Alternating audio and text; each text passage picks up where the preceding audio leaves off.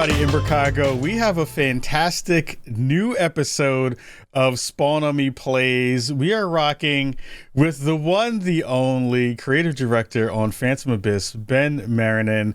Ben, thank you so much for being here. I'm so excited to talk to you about the game, talk about all the stuff that you've been doing at the studio, and talk about this thing that has now taken over my life in the best ways possible. How are you doing, Ben? Hey, thanks so much. I'm doing great. I'm super excited to be here as well. I can't wait to talk about it as well. Yeah, I am infinitely excited about this because I remember very early on getting a chance to see the game and was like, okay, this is hitting so many different vibes of stuff that I love. It is, kind of spelunking. It is a little bit of Legends of the Hidden Temple. It's a little bit of, spelunky in a weird way, kind of like first person kind of esque, and a runner. What was the first thing that when you kind of thought this up, you and the rest of the team, about what you wanted to kind of get across from this game and put into the world? Yeah, well, I think the reason it hits on so many different things is because we kind of started, I guess, with just the goal of what we wanted this game to be. And at its core, we just wanted it to be a game about finding a hidden relic inside a really dangerous temple, grabbing it and escaping. And like any other rules on top of that kind of came later. Whether it's first person or not, or the kind of genre, if it's a roguelike or not, that kind of came separate. The core thing that I wanted was, yeah, just like a relic at the end, a really hard temple, and then also like a lot of other people in the world are trying to do it as well, but like only one person can win. And so we always started with that, and then yeah, like kind of I never really thought about what kind of genre we want the game to be. Mm-hmm. We just kind of made decisions based on, yes, kind of some core principles of what we wanted the game to be about, and it kind of evolved from there. Of like, yeah, I've eventually turned into a roguelike and things. So yeah, I wouldn't say we started with like, I want to make a game like Spelunky or a game like Mirror's Edge or something like that, or yeah. We just always focus on like what we want the players to experience, and then take it from there. And that's how I think we've landed on something that is kind of hard to compare to any other game, really, because I think it does touch on many different areas, which is what I love about the game. I try not to think about genre as I'm making a game, really. I just try to think about what's going to be the best decision next for this game, and that can take us in a lot of exciting places. Yeah, I know I kind of, brought up those other games, but it does feel like something that is unlike anything else I've ever had a chance to play before. And I love that Thank you. is something that feels so new and so fresh. I am a person who, likes to succeed through failure, and this game does that extremely well. Of giving you this kind of, again, like carrot on the end of the stick to be able to keep you going. I remember streaming this the day that it released, and we had a whole bunch of folks in the chat, and they were just like, not mad that I was dying so much, which is interesting because I'm a person who loves roguelikes. I love stealth games too, where I play those things really slowly. But a game like this, it really does add that layer to it where you can both kind of speed run it, and you can be really slow and methodical. How did you all kind of figure out how you wanted to balance out pace in a game like this? Because that is something that you don't see a lot of games like this, or games maybe even in this kind of realm, being able to do so well from both sides. Yeah, that's been really interesting. I think the phantoms really come into play there more than people realize, right? It's like people will enter a temple and they'll see a bunch of like 20 phantoms, and they'll all just like sprint away, right? And so you're like, right, everyone's sprinting, I gotta sprint, and so people will just instinctually follow them because it feels like that's what you need to do, even though you don't. Like, you totally can take your time, and I think often if you spawn in a temple where there's no one, I think players are more likely to take their time and be careful and methodical, right? But it's just that influence of other people just on your mind, like, oh, people are doing, people are playing crazy. I have to play crazy as well, and that's been super fascinating and super interesting for me as the game progresses and things are going on. It's super fascinating how other people playing can affect how you want to play, even if you don't need to play, even if you don't need to play in a certain way. I think like because this game is a bit different, like normally you're used to being in a game with a lot of people. If they're all trying to do something, instantly you think like, oh, it's a competition, like it's a race. I got to beat everyone else, right? And it takes a while for most players to click like, oh, hang on a second, like I don't need to beat all these people. I don't need to outrun them, because all these people died. Like I think that's a really great moment as well in the game when you realize like, hang on a second, I don't need to do better than these people. These people died already. Like I can do better than these people. I think that's one of the things that I didn't notice until I was playing it for a couple of runs, and I was like, oh yeah, everybody who's here is already dead. Like they've already messed up, and they're not gonna win this particular level, and they're not gonna be able to do it. But I think that the interesting part about that you talked about that I think is really interesting, just from a like human looking at other humans doing thing perspective, is the fact that because we've been so trained to make everything in a game competition, it winds up making it really interesting when you or actually kind of fun when you can continue to kind of move down the path of getting towards the relic, and seeing every time you go into a new part of the level of how many people just didn't make it to the next part of it. And that weirdly is a part of the accomplishment loop in my mind. It's just like, oh, I was smart enough to not do the thing that everybody else did, and also didn't get caught up in the idea of having to be first. When did you all kind of see, gameplay change in that way from the community? Did you start to see any trends wind up coming up in that respect? Did you see any kind of things that surprised you when after the game was launched? I've definitely been very surprised by how many different people are playing, right? So one example is I watch a bunch of people play that are clearly very good at games. Like I can see just like based on their movement and how they're doing things that I can tell like they're gonna be really good at this. And then they die super early all the time because they're just super impatient, or they're just trying to go as fast as they can and not just slow it down for a second. And it's been super interesting and not something that I expected from people, where you would get these you'll get these really good people dying really early. I did not expect that, honestly, and that's been super interesting trying to figure out what to do about that, because at the end of the day I want everyone enjoying the game, right? And there's also definitely been a widespread of players where like some players smashed through the temples way faster than I thought they would. Some people are really good at games, turns out. And so that's been super cool, seeing people smash through the game, and we're making a lot more awesome stuff to keep them and to keep them around. Like we're adding many more challenges and things for them, and I can't wait to share more with the people that are playing it. And I've also just been amazed at like all the secrets that people are finding. So there are some super hidden secrets that I didn't think anyone would find, and it was like day one. Here's all these secrets I found that like I didn't thought anyone would see. It's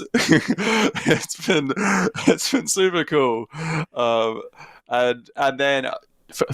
For a different group of the community, there's also this like secret language in the game that I didn't expect anyone to understand or decode or anything. But like basically, there's all these different panels in the game with this language that we invented with different phrases and hidden messages where like each symbol means something different, and there's like over 250 symbols. We don't really teach it or do anything to explain it, so I didn't think anyone would kind of like catch on to it. But there's been this section of the community that have completely decoded everything and like made their own website explaining like what every symbol means and working out all the different stuff. It's been crazy. So yeah, I've been amazed by the community and how they're engaging in all sorts of different ways with the game. It's been incredible. See, I like to nerd out about stuff like that. So now that I know that has come about, I am absolutely going to kind of go find and seek that stuff out. And also, I have not found any secrets because I'm not that good at the game.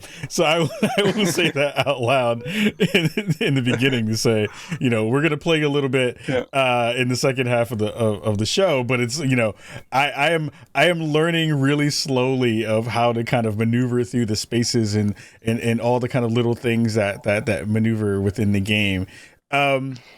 Besides folks kind of surprising you with the way that they've been playing and how they've kind of been smashing through it, how much of that is kind of informing you for the next layer of development when you're kind of thinking about what you want to add to the game? Or most teams already have a kind of roadmap in their head of like what they want to do next once a game is already out. How much of that stuff has informed that roadmap moving forward of what you want to add, difficulty levels and all that kind of stuff? Yeah, it's a great question. So obviously we had a roadmap in mind of what we were doing next after releasing the game, and it has changed significantly since like after launching the game.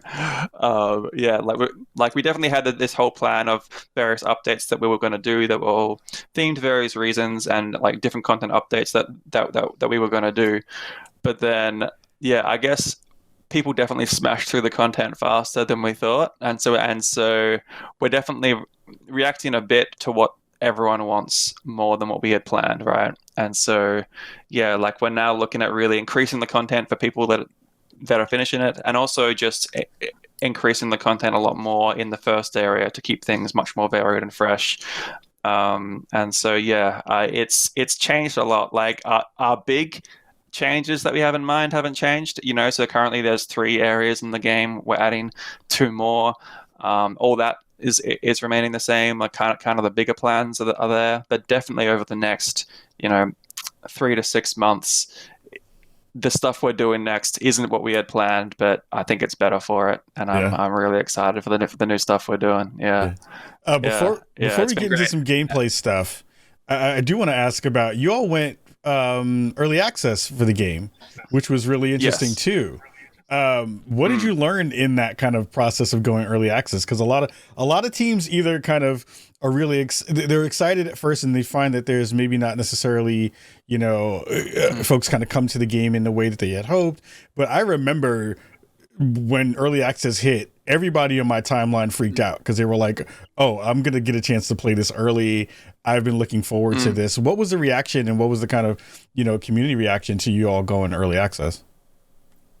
Yeah, it's been super great, really. I've been amazed by the community, really. Like, I say this all the time, but I'm amazed at how awesome and kind our community is. Like normally, like maybe I'm wrong, but normally in games I expect a lot of people to be, I don't know, like a bit more aggressive towards each other or something, but everyone's just like super kind and nice, where they're just like helping each other out, like I think playing the game, like you assume it's competitive, but then when you actually start playing it, you realize it's more of a cooperative game where, like, if you die, if you die and you share codes with people, you're like trying to help them out, or you're trying to get people to help you out, and so that's been really nice. And so the whole experience of going to early access has been amazing, where just everyone has been really kind and giving great feedback. And as I was just saying to the previous question, it's totally changed our plans. So I'm super glad we entered early access, because it's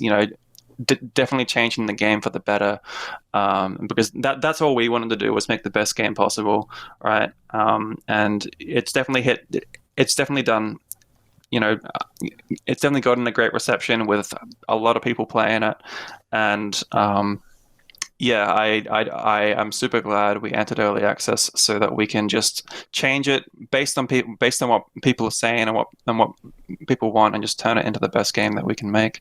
Yeah. Yeah. Yeah. I love that because I love being able to see people kind of like get that part of it into the ecosystem early of like, people are really excited about the thing. They want people to kind of get their hands on it so they can get good feedback for it. Speaking of feedback, I want you to give me feedback on my gameplay Oh because god. we're gonna Okay. we're All gonna right. we're gonna get into some gameplay right about now. And this is gonna be the fun part of the show where you get to laugh at me not be good at your game while also telling me how things work. So Yeah. I'm gonna start to play. And first off, I have to say thank you for being here again because I think your good luck of being on the show literally right before the stream started or the episode started, I got my first relic. So I am Oh no. Oh, that's awesome. so I think Oh you have brought man. me good luck. I am very excited about that part of it. And yeah, I'm gonna run into it. I got my Nice. first one. And yeah, I'm just gonna go through a run really quick, and I want you to like, Yeah. when you're thinking about the design of the game in this way, I just got my Mm. obsidian whip. Phantoms will Mm-hmm. steal some coins from you. This is your Yeah. your normal whip. A lot of people who are just playing for the first time. Ooh, I can get this, a crikey whip. Standing in water hurts you. Oh, what is that? Okay, I have to get it now because I've not played with this yet. So also I want to talk about this. Whoa, why am I drifting like that? Because I did something. I want to talk about this because I think this is interesting too. I think one of the things of Yeah. you starting your new path, you following someone, that had a little bit of bugginess too, so you're going to go back and kind of go through that. But that as a Yeah. concept, I think is really interesting too, of having that be a thing that you want people to kind of, come back to, which I think is great. But I want to Yeah. even go into the idea of, traversal in a game like this. A lot of people just think of it as you being a runner. But the whip being the thing that not only moves you through a space kind of horizontally but vertically, what was Yeah. the idea behind that? Yeah, so the Rip was like a semi late addition to the game that I'm really glad we did because it's just opened things up so much. So it was super important to us as we were making this whip, was to make something that really added a lot more options to your tool belt of things that you can do in the game, right? And so it was really important to us that every surface can be whipped or grappled, right? Like normally in a game, if you have a grapple function, there'll often be like very specific things that you can target, and only they can be grappled, right? But for me, it was important that we had that we had something that you could always have like a second option of how to deal with stuff, right? You can always grab onto something else to escape. See, exactly like that. Boom. You know. I hate these rolly things. These rolly things are the worst. I mean, I may make really loud screamy noises because these are the ones that I'm bad Oh, at. that's great. All right, we got it. Yay. I nailed it. Yeah. But that was a great example of like what I love about the whip and why we got it in there is you can always, have an extra option of doing things. And I guess that was the idea behind it. And also just to have something a bit more, what's the word? Like not dynamic, but just a bit more freeing of being able to create, kind of like unique scenarios to you. So like you like doing a giant save, is like very special to you. So that was the idea behind the whip, and now, as you just saw, you got a new whip with the one heart container and dangerous water, and so there's 20 different whips in the game to collect, and they all have different positives and different negatives, and they also really help shake up the game and play different each time. There's also a mechanic where you've now got this whip with one hard container in dangerous water. If you can claim a relic with this whip, you'll bless the whip and remove the negative condition from it. In this case, you'll remove water for being dangerous. Oh, that's awesome! I didn't know that. That's super and cool. there's an extra completion element where you have to try and beat the game with all different types of whips. And so you found a relic in this first area. This first area is called the Ruins. And as you get deeper, there are two more areas called the Caverns and the Inferno. Each area has their own relic to find, and each one gets much harder. And the more like rarer types or like the more special types of whips require relics from deeper areas in the game. I want to know what happened when you all decided that you didn't like human beings and you wanted to add the enemies like this guy who's chasing me down at this point. I would love to know when the kind of enemy layer decided to become a thing in the development of this game. Well, so since you asked me that while laughing, so like I feel like you're having a good time. I'm having a blast. I love this game. This is one of my favorite games of the year for sure. I'm having a blast. This guy is a pain in the ass, though. He is not my friend. Oh, yeah. I don't like him. Oh, he's so good. He's so good. This is by far my favorite Guardian. So yeah, it was just another thing to add an extra axis of stuff that can happen, right? So there's like traps, your whip, your phantoms. Your whip also having different blessings on it. There are also blessings at the end of a temple, and yeah, they're all kind of there to ideally make a bunch of unique scenarios unique to you, to kind of craft different stories of what happened. What I also love really quickly is I love the visual language of the game. Like, you see the outline of him kind of chasing you down, and also the traps have their own very distinct visual language, like that, like when you see the shadow of a thing. I've heard a lot of developers in fighting games specifically talk about how important silhouettes are for things, and how that kind of dictates and showcases where things can be and how things kind of work. How did you kind of determine what you wanted your visual language to be as well for the player? Yeah, that's a great question, right? Because we intentionally make our traps really obvious from really far away, right? And that's not where we started, right? Like, originally making this game, we thought we would make these traps pretty difficult to see, right? And then some phantoms would walk on them and they'd die. You're like, oh, okay, there's a trap there because a phantom just died there. But in practice, it's just super lame to walk on a trap that you didn't see, right? So it's just a super unfun experience dying to something that you feel like wasn't your fault because it was really hidden, right? And so we went the route of really intentionally making things obvious and making it feel like it's making it feel like every death is fair. Like, yeah, okay, I could have done something different there to do better next time, right? Yeah. We always want deaths to kind of feel fair and always make you feel like you want to play again. Yeah.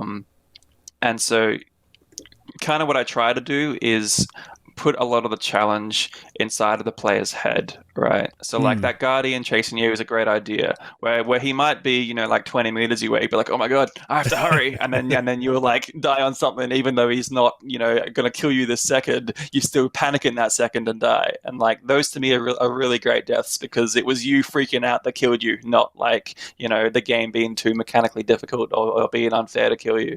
Yeah. I think deaths, where you're always like psyching yourself out in your mind are the best, and like that's what I really tried to focus on with this game.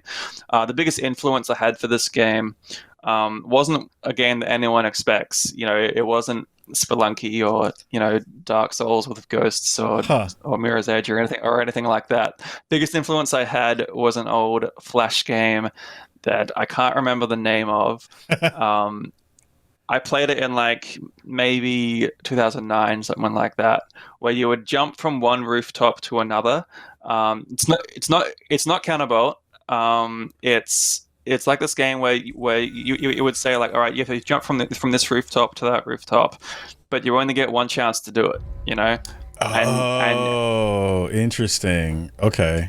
And you could enter a practice mode where you could like practice the jump as much as you can. You're like, all right, I can do this jump. All right, I'm gonna lock in committing, and I'm gonna do it for real this time. Yeah. And like when you do it for real and you only get one shot, you just psych yourself out and fail the jump, even though you totally know you can make that jump. And that's what I really wanted to go for in this game. Is like super, just like obvious stuff that you can do, but just the pressure and only one chance messes you up. Can I swear in this? You can absolutely swear. Yeah. I mean, I'm surprised I haven't sworn while jumping through bubbles and stuff yet. But I'm actually really even curious about, when you designed the idea around the shrines too. I was standing there for a second because I think one of the things I love about the game is that it gives you the ability to also kind of determine your own fate, right? Based on some of the randomness that you get with the things you get a chance to pick, which I think is awesome and really interesting too. You have a little information about like what the design choice was there too, to kind of give the player that layer of chance as well. Yeah. So at the end of the day, like I want each run to be different, and I wanted this to still be a choice where like, hey, you can get this blessing or that blessing, but I didn't want it to be like a place where you can always get the same blessing each time, right?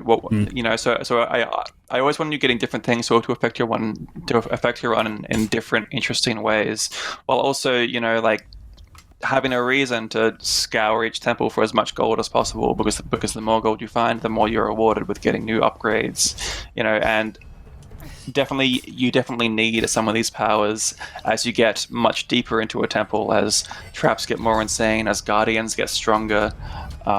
It's kind of this whole system where the whole time you're kind of incentives to just like go escape this guardian, ignore the treasure and go, and it's just a risk reward element where do I want to stay around and get as much treasure as I can now, because I'm definitely going to need as much power as I can as I go into the temple later. And so that also kind of helped balance your question earlier about managing going really fast or going really slow. That's kind of where those decisions for the player comes into play, where if you explore as much as possible and play slow, you get way more treasure. But then it's dangerous because you get into situations like this. Yeah. I gotta say, I really enjoy watching people play the game. It is so good. Just moments like that. It's so intense in like many different points. Yeah. Again, I have not cursed up a storm yet. I got to this part again. Nice. This is awesome. Okay. So lies behind the caverns. Okay, got it. All right, so you can go to the caverns now, or you can get another relic. I want to get a relic because I tried to go to the caverns the last time, and I was like, oh, this is just wrong. Like, this is not fair. This is mean. I don't want to be here in this place anymore. All right. But it was really cool to see how you ramped up the difficulty there, and to give the player a lot of other space. We're gonna see if we can get this relic and then we'll end out. Yeah. But I think sounds good. Before we go, because we're almost at time, what are some things that you want players to kind of mess around with, try? What are some tips and tricks that you would give to folks who are coming to the game for the first time? Definitely the biggest tip I would give is just take your time. You don't need to go crazy. Like, I think the game plays best when you are careful, and you are more methodical with it. And then as you get accustomed to the game, then you can start going faster, as some other Phantoms will be doing. But yeah, it's definitely a game where you can just play really fast, because a lot of the time you're totally safe. You're like, oh, okay, I'm safe here. Maybe not right now. Don't worry, Ben. I got this. Masterful play right now. Can I slide through here in one shot? Yeah, that was sexy. Yeah, nice. That was great. Those traps and I've that seen come out that of the you've wall. realized. It's like, oh my god. I've seen you've realized that you can whip chests to open them, which is always super satisfying. I did not see that. I didn't go get the key because I did not see that. You gotta find the key. Okay. So look at you go. So it's like so. What I think is really cool is like as things are ramping up in pressure, all of a sudden you're playing way cooler. You're jumping and whipping and stuff. Oh like, yeah. That's super awesome to see, right? The beauty of it is that, like, your Phantom, the conversation around the Phantoms that we talked about a little bit earlier about, like, feeling like it was a competition. For me, the thing that was the most cool was, like, seeing people do stuff that I didn't know you could do before and then adopting those techniques for when I played. Yes.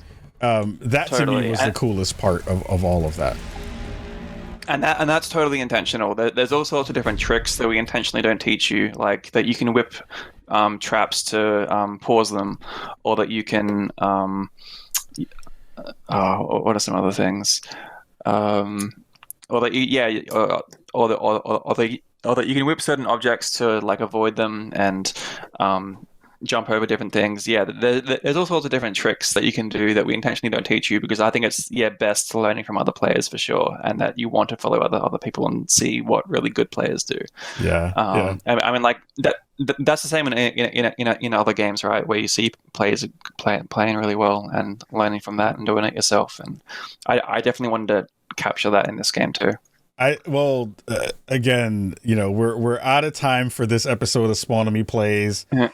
I am excited and happy I didn't die at once. I'd made it through most of the level. You did great, yeah. And again, Ben, thank you for and the squad for putting this out in the world. This is the thing this is my go to bed game now. This is the thing that I play before I go to sleep. I'm a weird person because I like things that are really stressful before I go to bed, which is really weird. But I love this game. I love the way that you've combined all these elements together. Anytime I die, it never feels cheap. It always feels like I can blame myself for that loss, as opposed to the game feeling like it did something that was kind of, out of sorts. It made me feel like I didn't do something that I was supposed to do. And I feel like that's just great game design. That's great thoughtfulness in the way you want the player to kind of come to the game and enjoy it. So thank you and the rest of the team for making this. It is definitely in my game of the year list already. It is giving me so much joy. And it's so much fun to play. So I cannot wait to see how much more cool stuff you put in the game and how many other folks come to it for the rest of the year and years to come. Thank you so much. That's really kind of you to say. I'm glad you liked the game. Thank you. Awesome. Everybody, this has been check out Phantom Abyss. It is one of my favorite games. Please go check it out. We'll have more of these. If you like these kinds of episodes and this kind of content, please let us know. You know where to find us on social media. Hit us up at Kahlief Adams, at Spawn on Me, and we'll be getting you more of these cool things coming up very, very soon. Thank you to everybody out there listening and watching. We'll see you all very soon. Much love. Peace.